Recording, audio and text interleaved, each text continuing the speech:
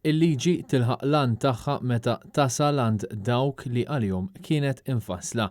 Kien dan il-messaġġ li wassal il-Kummissarju għas-Saħħa Mentali John Kakija meta kienet jindirizza konferenza fuq pjattaforma online fejn tkellem dwar il-ħsieb wara l-pubblikazzjoni ta' fuljet ta' informazzjoni dwar id-drittijiet tal-individwu skont il-liġi tas-saħħa mentali.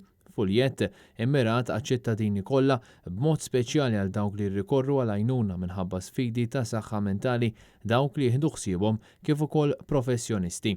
Waqt din il-konferenza, John Kakija tkellem dwar l-importanza tal-eżerċizzju, dieta tajba, il-passatempi u kemm importanti li tqatta' ħin ta' kwalità mal-qraba u l-ħbieb u semma statistika interessanti li l-persuni li talbu l-għajnuna wara l-pandemija tal-COVID-19 irdoppjaw minn Marzu u April meta mqabbel ma' issa.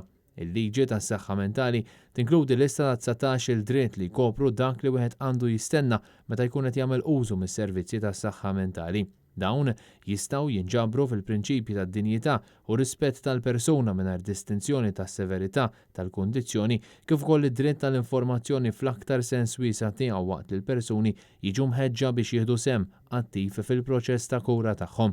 Il-fuljet jispjega l-irwol tal-Kummissarju fil-ħarsien ta' drittijiet kif ukoll deskrizzjonijiet oħra bħal xi tfisser kura volontarja u kura involontarja kemm l-isptar kif ukoll fil-komunità.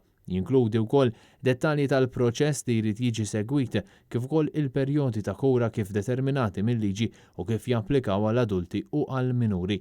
Il-Kummissarju stqarr li l-pazjenti għandhom ikunu attivi u jingħataw vuċi sħiħa fil-proċess tal-kura u dan il-fuljet jirrakkomanda kif wieħed jista' jipparteċipa fil-pjan ta' kura u kif jista' jsemma leħnu permezz ta' ilmenti jew suġġerimenti. Dan il-fuljet qed jitqassam xejn mill-Uffiċċju tal-Kummissarju tas-Saħħa Mentali.